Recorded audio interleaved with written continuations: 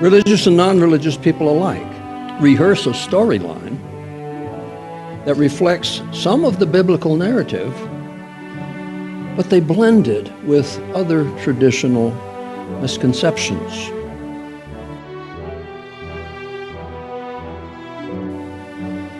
But we're given two significant events, that of the shepherds and that of these so-called wise men from the east. Are these two in any way connected? There is a connection, a very surprising connection between the two.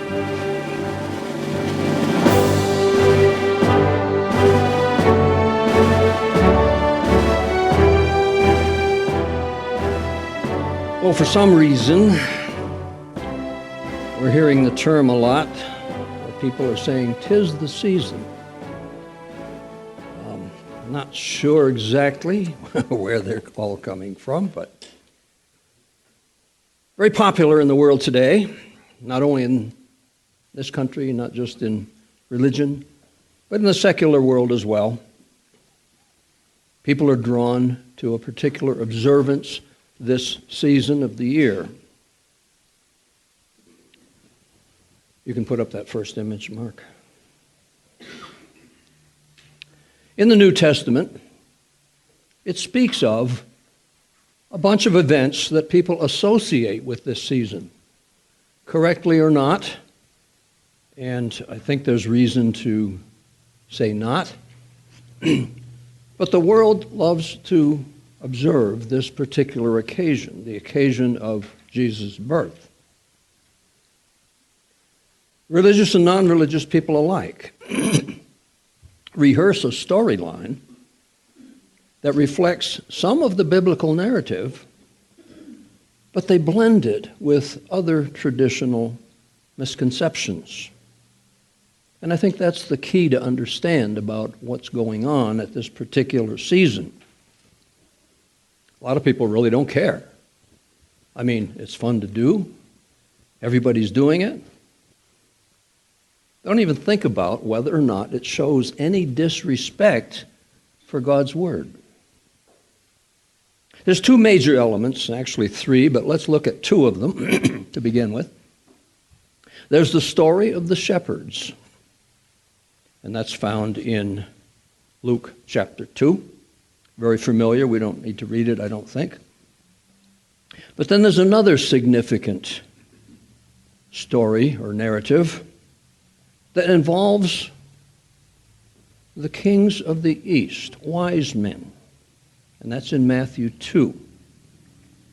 And since it's going to be a major part of this message, let's at least review some of the details that we're given. Matthew 2, beginning in verse 1. Now when Jesus was born in Bethlehem of Judea, in the days of Herod the king, behold, there came wise men from the east to Jerusalem, saying, Where is he that is born King of the Jews? For we have seen his star in the east, and are come to worship him.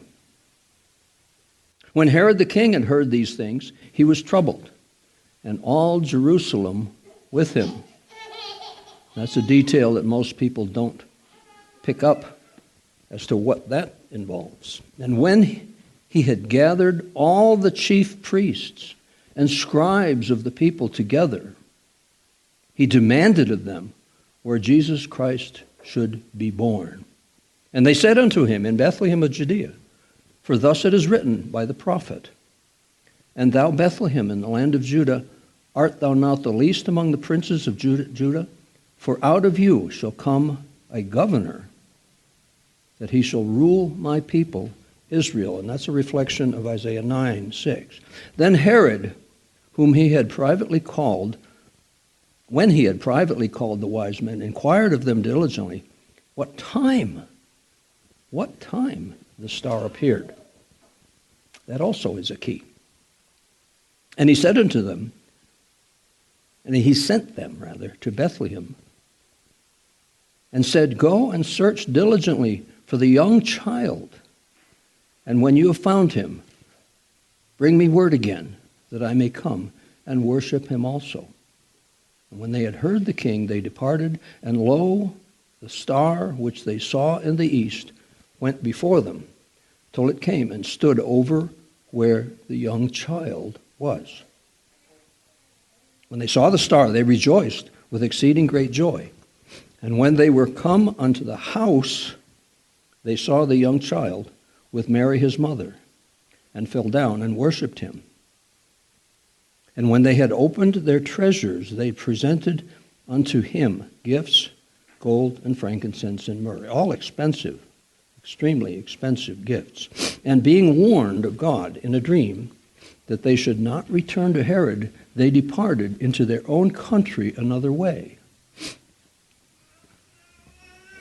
Now, of course, we know of Herod's intent. The rest of that narrative tells us Herod had a certain problem with these officials from another country coming to him asking about the king of the Jews. He thought he was the king of the Jews. And you can understand, knowing Herod's nature, why that would be a certain problem.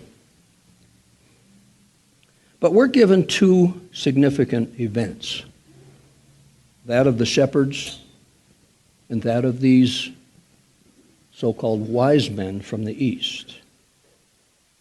Are these two in any way connected?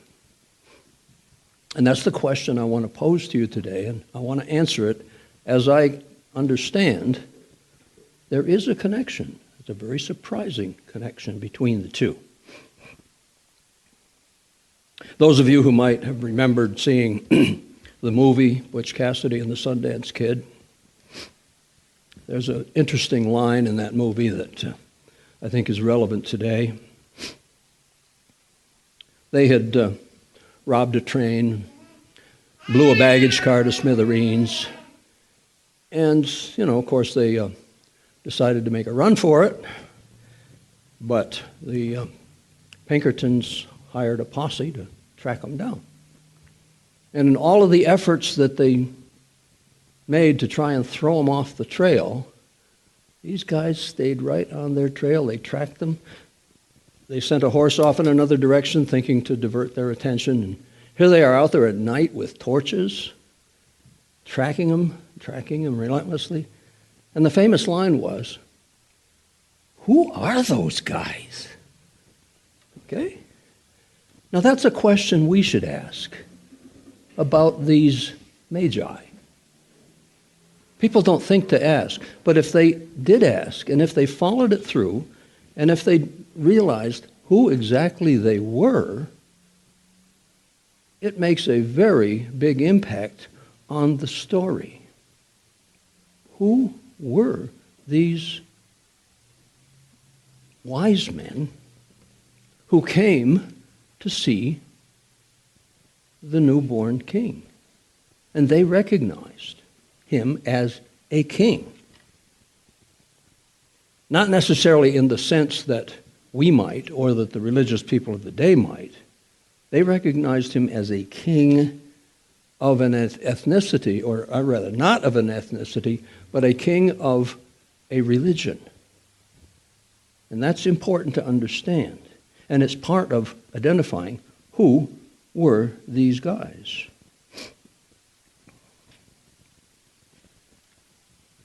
The New Testament presents to us these basically two narratives that are associated with Christ's birth.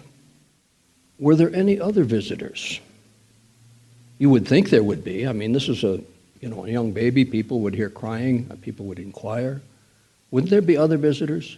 But we're not given a mention of any other people. I mean, after all, there was relatives. They were living in the area where some of their relatives were, one of them being John the Baptist's parents. They were related. Other visitors are not presented because they don't have the significance that these do. And what is that significance? Do we know how the events are connected? Let's throw up that second image, Mark. You might see pictures like this in greeting cards. Same is true of the other one. This is how it's envisioned of what that scene looked like. Now, there's a number of errors in this, but there's also a couple of interesting observations that shows that the painter, at least, recognized that it wasn't just three. And as we read in the narrative, they visited a house. Now, why there's a cow in a house, I don't know. They've got Joseph in the background with a staff and beard looking like he's probably in his early 70s, I don't know. But they've got the child standing. Obviously, this is not a newborn. And there's at least 9 individuals there in the picture. So it's not just 3 wise men, which is the common perception.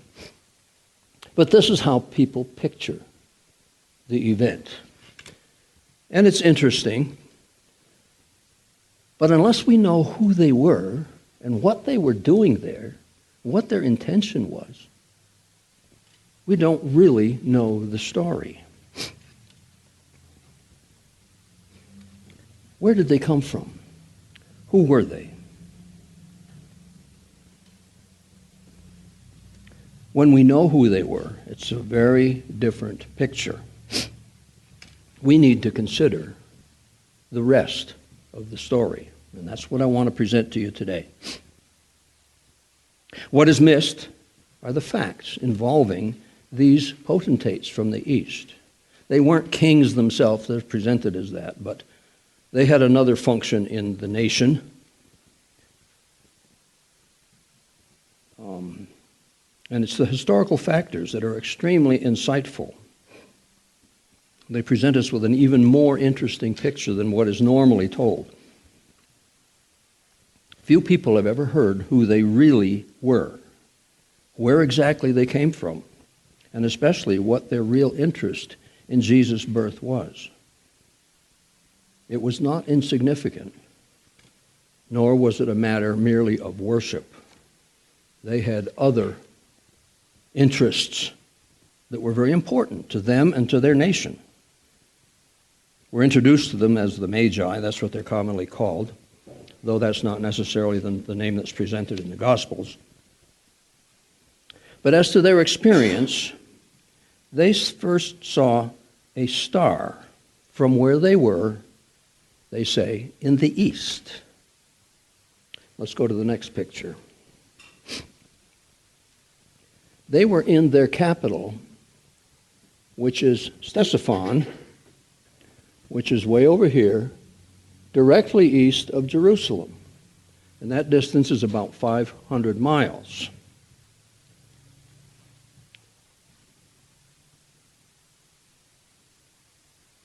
The particular sighting, they saw this star,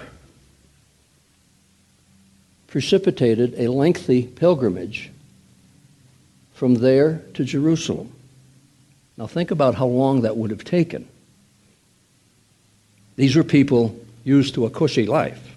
These were potentates. These were high-ranking individuals, the highest-ranking individuals in the nation of Parthia. And you can see the size of the Parthian Empire. The Parthian Empire was a rival to Rome. It was never conquered by Rome. And in many occasions where they had battles between them, Rome never conquered Parthia. They were respectful of each other, but they were similar powers as far as their military strength. But they saw a star. Why would it matter? When you see a star, and it may be a satellite or something new, you know, how important, how do you take it? They saw something, and to them it motivated them to do something highly unusual, highly risky, very involved, very much that involved a whole lot of effort on their part. And they had to get official approval to do it, considering who they were. Now just think about the elites in our country, the political elites or the movie stars or whatever. Do they ever camp out? Do they ever stay in Motel 6? No.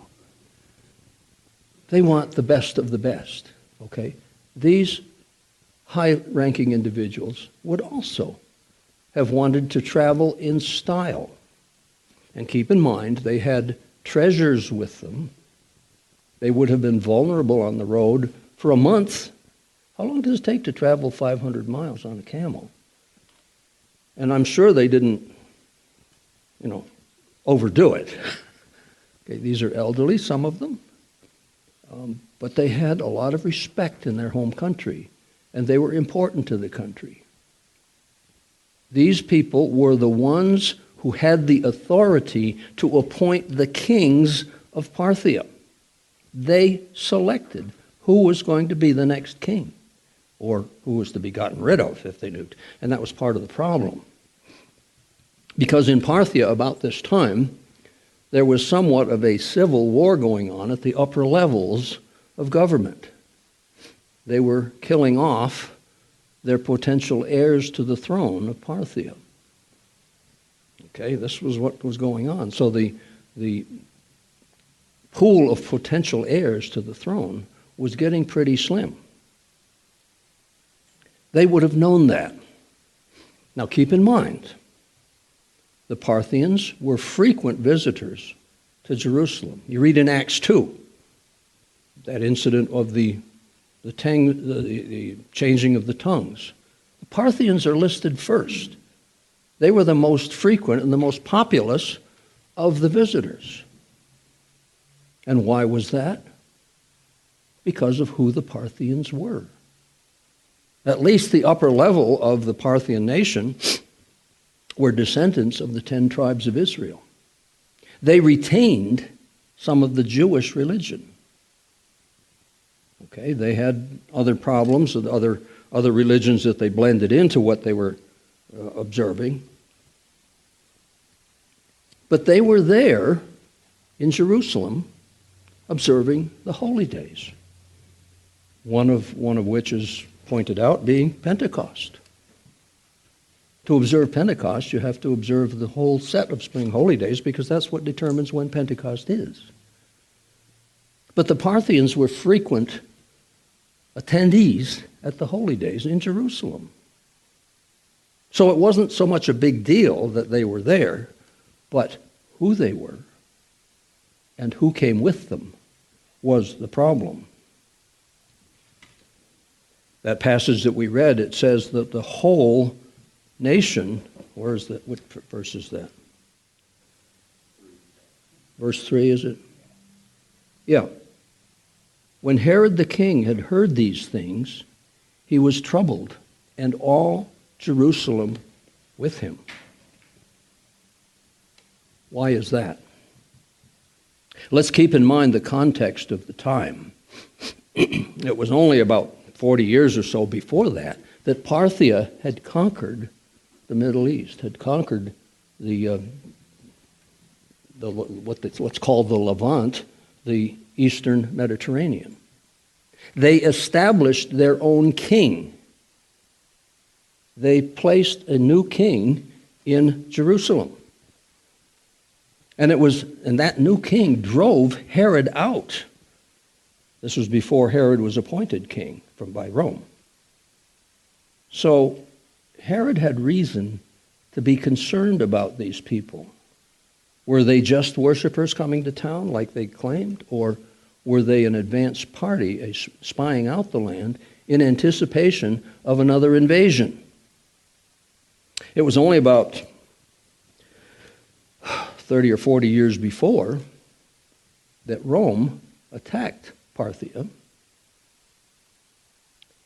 A fellow named Crassus, he was one of the 3 that was ruling in Rome at the time, one of the triumvirate. He decided he was going to make a name for himself. He financed his own army of 42,000 soldiers. invaded Parthia and got shellacked by a smaller force yet. He went in with 42,000. He came home with about 10,000. He himself was killed. But this was shortly before the events that we're talking about. Those were still firm memories in the Jerusalemites. And you can see why they would be concerned if this force, and it was a force, when you send out several, and there could have been a dozen of them, high-ranking individuals, they would obviously have had an entourage with them, their servants, their supply train, and armed guards. So this was no small thing. It wasn't just 3 guys on camels like they picture. This was from all appearances, a military force. So you can see why all Jerusalem would have some concern. Herod himself took the throne only after he deposed that king that had driven him off in the previous years. So here we have Parthian dignitaries, people with the ability or the rank to be able to appoint the kings of the Parthian nation, and that's no small empire. And they called their kings the King of Kings, because in various regions in the empire there were other lesser kings, so it's not a foreign idea that there would be a supreme king. But that was their primary interest. They were there to investigate someone that they knew, and they must have had an intelligence network to know. Now, we can read in the New Testament in 2 places. Where is it? There's 2 narratives that give us Jesus' genealogy. They didn't just make that up when this was being written. They knew that for decades, for centuries before. They knew the genealogy clear up to the present day from David. So this was a legitimate descendant of David, who to them was a potential heir of the Parthian throne. Now the excuse they used was that they were there to worship the King of the Jews. But let's think of the Jews in a broader sense. These weren't Jews ethnically. These were Jews religiously, because the Parthians retained a priesthood that was, in many respects, comparable or similar to what was going on in the Jewish world in Jerusalem. But they respected the Jewish religion. They attended the observances of the Jewish religion. So when they said King of the Jews, think of it also ethnically, not just religiously. Okay? So that's important. But they came to Jerusalem to identify, to connect with, and to, as they say, worship the King of the Jews. How do you worship a king? Have you thought about that? But not only that, to fund him. Jesus Christ, at that point in time, and his family were set for life financially with what they were given. Now that tells you also how seriously they took who he was. So this is no small event. But the question is, what brings them to Jerusalem? They said they saw his star in the east. How likely was that? That they were together and saw it as a group. That's the claim there. We saw his star in the east. Now it wasn't there for long. So to see it, a number of them had to have been looking in the right direction at the right time. What time would that have been? It's another question we need to ask. And what did they see? Keep in mind the 500-mile distance between where they were and where this event took place. I'm going to jump ahead and make a statement here that I will prove later, and others have as well. But the time that they would have been looking in the direction of Jerusalem was at a particular time, a particular day. And that particular day was the day when they began to declare their new calendar. This was the lunar calendar. And they would have been looking towards the horizon just after sunset, looking to identify the first visible crescent, which would have proved the beginning of the 7th month. The first day of the 7th month we recognize as the Feast of Trumpets. They would have been looking towards Jerusalem. And what happened on that day? Angels appeared to the shepherds in the fields, and it lit up the area. And then after their announcement, a whole host of angels descended and sang this song to the shepherds. And then, after 3 or 4 minutes, whatever, it rose back up again. They would have seen that. It's like a distance from Salt Lake City to Denver. If there was a meteor that fell in Salt Lake City on a clear night, could they have seen it from Denver? I suspect very, very well they could have, if it's bright enough. This is what they saw. That's my feeling. This was what they saw. Very unusual.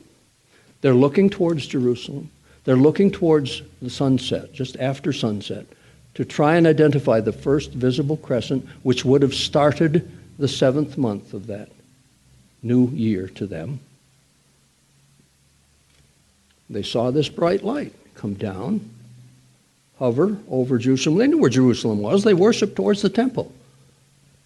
They're looking at it. This, not only was this bright light coming down and dwelling and then going back up again, but it was right over Jerusalem.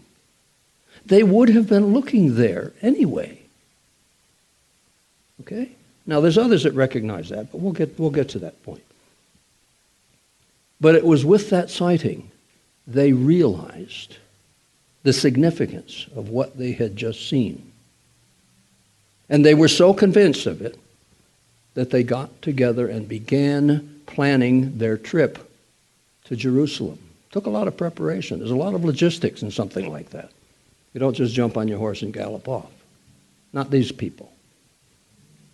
They had responsibilities. They had power. They had prestige. And they were going to go a long ways on their own. So you can begin to see the dynamics of this little story that we read in Matthew chapter 2. There's more there than meets the eye. And that's what we need to understand. But they were going not only to worship a Messiah. They weren't thinking in terms of a Messiah. That's not the term they use. They went there to worship a king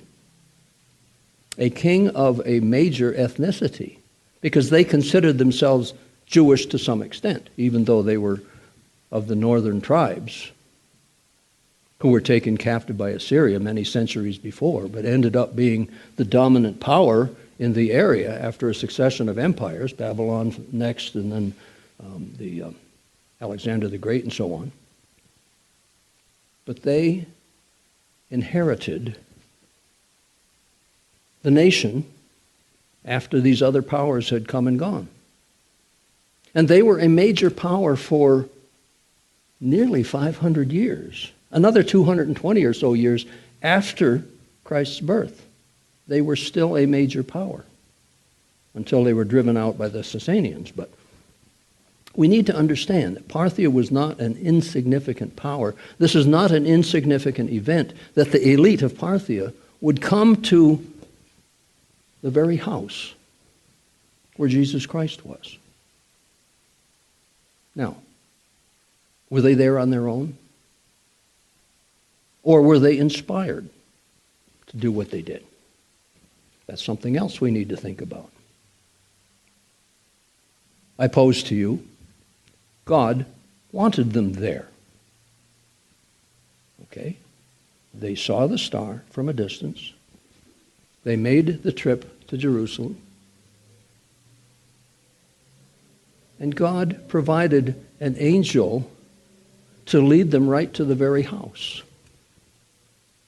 Can we say with confidence, God wanted them there? And he wanted this story to be told to us so that hopefully people will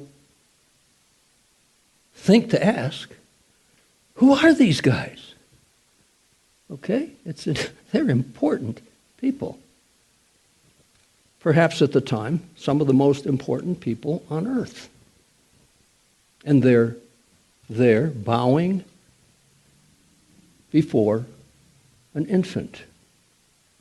Now, another thing that's said about them is that they were called astronomer priests, and that tells us also something about the calendar issue. They were astronomers. They were mathematicians as well. People looked at them as semi-magicians because of all of the things that they could do and all of the things they knew. And they knew Bible prophecy. That's another factor that we need to realize. That's why when they saw the star, there was no doubt in their mind as to what that meant. And its unusual movement, they knew. They knew something even before it happened. But God wanted them there, and he wanted the story told so that hopefully people would wake up and realize there's more here than meets the casual reading. These were important people. Now, you could make the argument, well, actually, Jesus Christ wasn't a legitimate son through David's line because Joseph was, but Mary was not. We don't know. The thing is, with these Parthian elites, it didn't matter about the genealogy so much. It was the matter of legitimacy.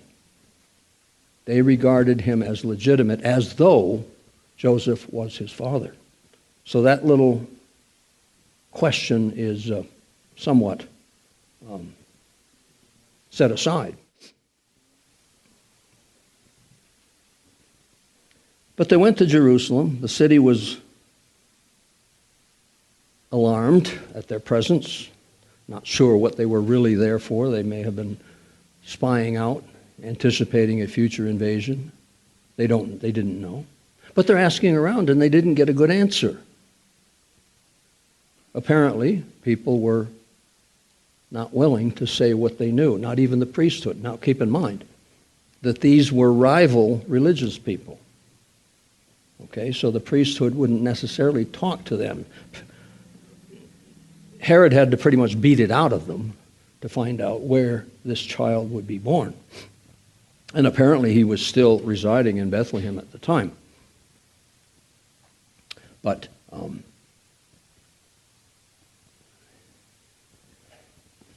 they just weren't able to get a good answer as to where to look. But God provided the angel that led them there. So we know that this is something that was important even to God, that these people would make contact with the coming Messiah. I might mention that we have a positive indication of who these people were from Josephus. He's talking about the 10 tribes, and then this is in his Antiquities, Book 11, Chapter 5, Paragraph 2, where he says that the 10 tribes comprise a multitude too great to number, living beyond the Euphrates.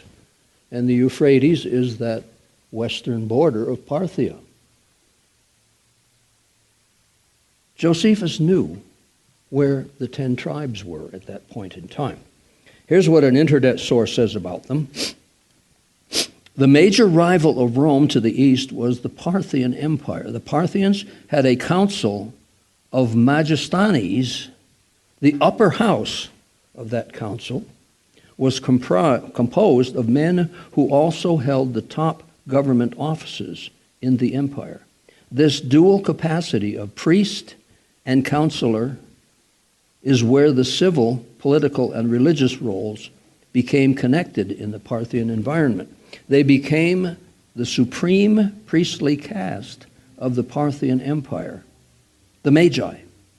Their duties included absolute choice of the king of the realm, and that will impact Herod's reaction when they arrive seeking he that is born king of the Jews. Herod thought that was him. When Herod heard that, he recognized the threat. Now, Herod's a guy that was very power jealous. He even killed his own wife and at least one of his sons over political problems having to do with his authority or succession. So he was no sweetheart when it came to protecting his office or his authority. So he recognized the threat, and that's why he determined to kill this child. Now, it says that he was a young child at the time. It doesn't refer to him in the terms that would represent being an infant still. And that's why Herod wanted to have all of the young males in the region killed under 2 years old. So that also tells us that the time that they came there was some months after the event of seeing the star.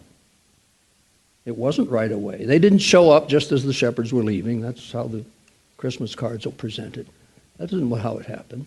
This was a long distance to travel. Would have been at least a month for people of that sort. So he was somewhat grown up at this point. It calls him a young child. Now, we know he was in Jerusalem for some months because of the accounts that we have of the temple ceremonies that both his mother and he participated in. So it was some time later, and that's something else that people aren't too aware of. But these Magi were very important people. They had to be recognized for who they were, and the New Testament presents us a picture of who they were that we need to follow through and investigate ourselves, because it changes the whole nature of this thing. And it also gives us one more connection as to how to determine when Jesus Christ was actually born. It wasn't the middle of winter. The Magi wouldn't have been traveling through the winter. It gets cold in that part of the world at times. Keep in mind who they were. They would have had some time to get their entourage together. They would have waited till it got a little warmer. So it's likely that the earliest that they would have been in Jerusalem was the following spring. Not the same time that the shepherds were there. And that's reflected in Herod's edict to identify and kill all the newborn males up to 2 years of age.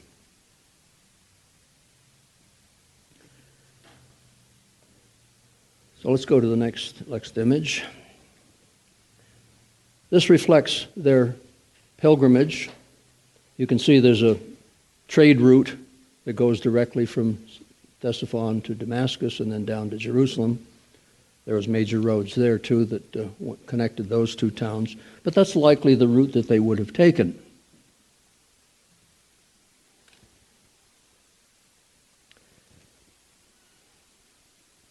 And it's my feeling that, well, it also says they knew Bible prophecy.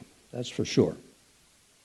For example, Isaiah 9, 6, and 7. Unto us a child is born, unto us a son is given. You know that part. The government shall be upon his shoulders. What did they think?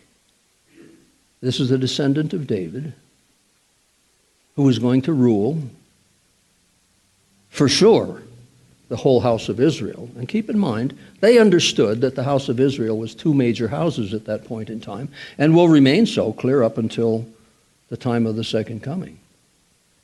You had the northern kingdom and the southern kingdom. Two houses. Ezekiel 37 points that out very clearly. That at some point in the future, these two houses are going to be reunited.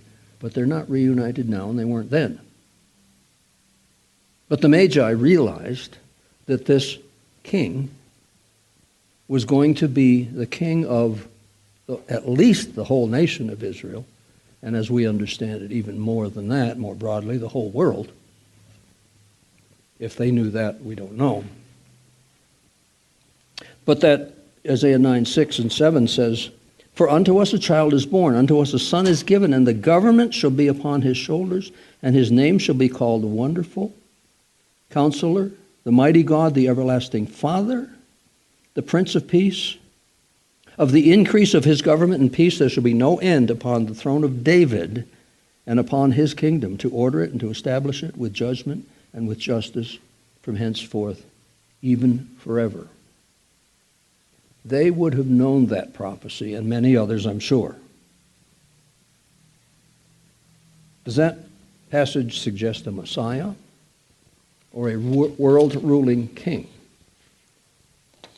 What was their interest? Was it just a religious figurehead, or was it someone with real power and authority?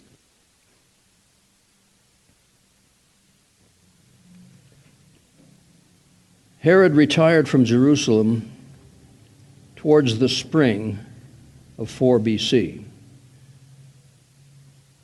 He went east to a hot springs area. He had many health issues at the time. And then he retired to Jericho, where he died not many months thereafter. Herod died in the spring of 4 BC, probably mid to late February. And that is as determined by both Josephus and by Fred Coulter. We have Josephus's account of an eclipse that occurred just before these events. And there weren't too many to choose from. There was an eclipse in the spring or in the fall of 5 BC, and most likely it was the fall eclipse that was the key that gives us a time reference that is pretty certain. There's another internet source that gives us this information regarding these individuals. It says, so were these just smart men who happened to be looking up at the sky one day and observed something unusual and decided to investigate? Their answer, no and no. The Magi were an elite members of a governing class in Parthia, or modern-day Iran.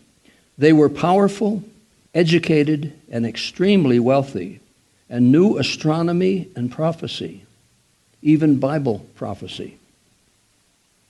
They were from a special caste called Magi, from which the name Magi comes, with no connection to magic. But because of their knowledge of astronomy and prophecy, they were considered a mystical priesthood. The delegation of Magistanes would have included possibly dozens of Magi, a large entourage of servants, and a vast army to protect them.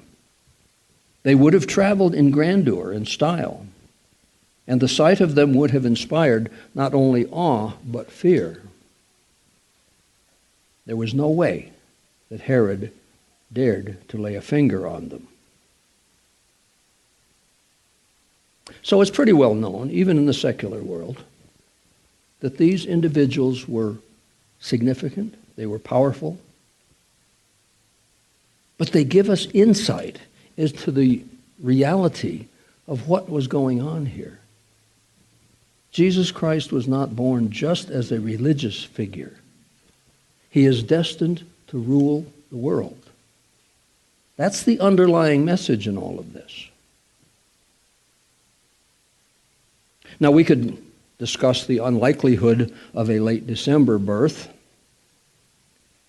but since there's so many religious and secular sources that address all that, we can leave it to others. But there's events that we do know about that should give us the picture.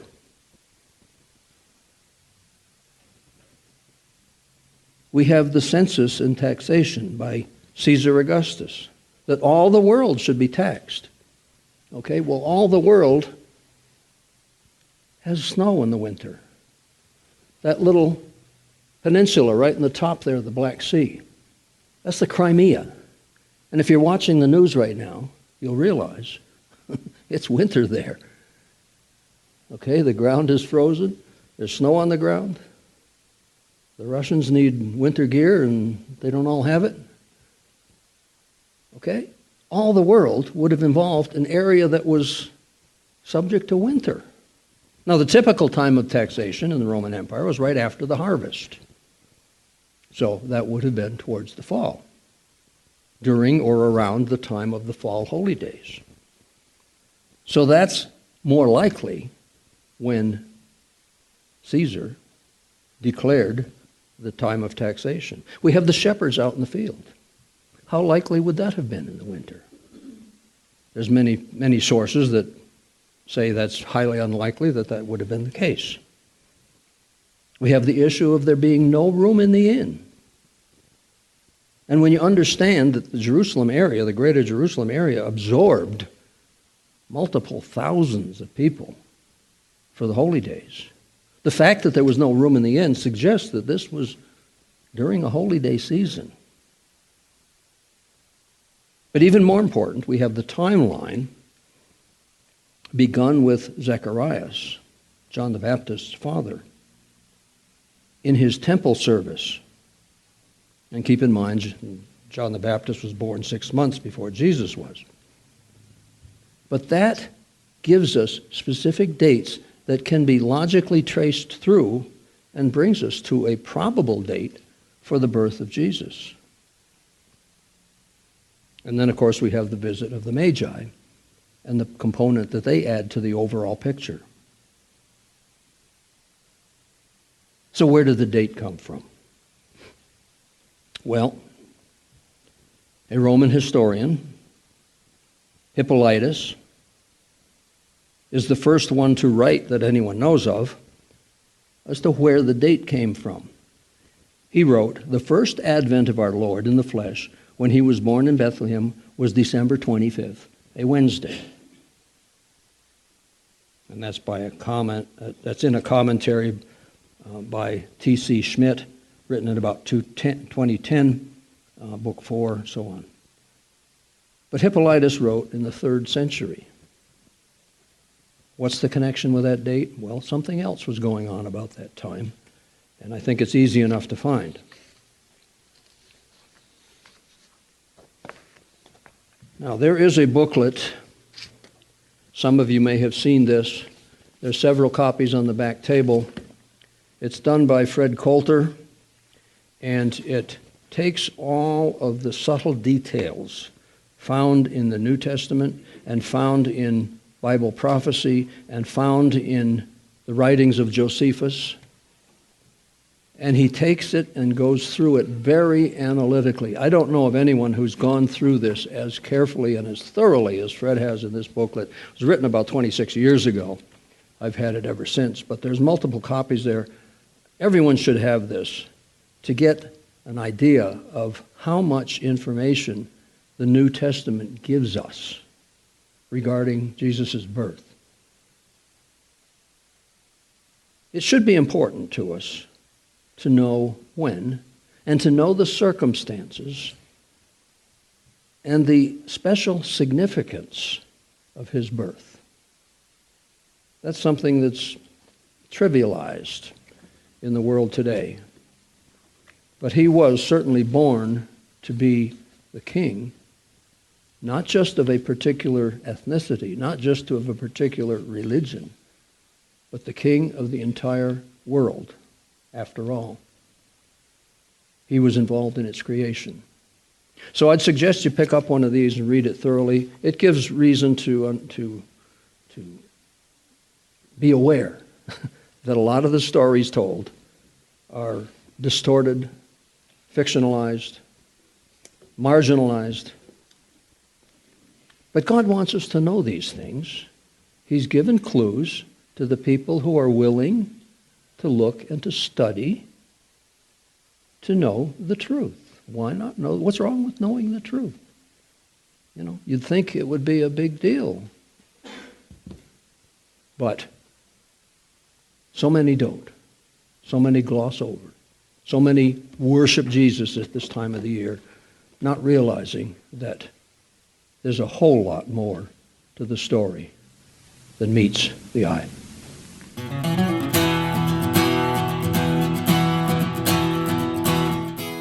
You have received this information based upon the Word of God. Every additional topic concerning the truth, which originates in Scripture, builds understanding leading to salvation. We hope you will personally review the Scriptures cited in this presentation. God will teach you if you ask Him. Until next time, good day.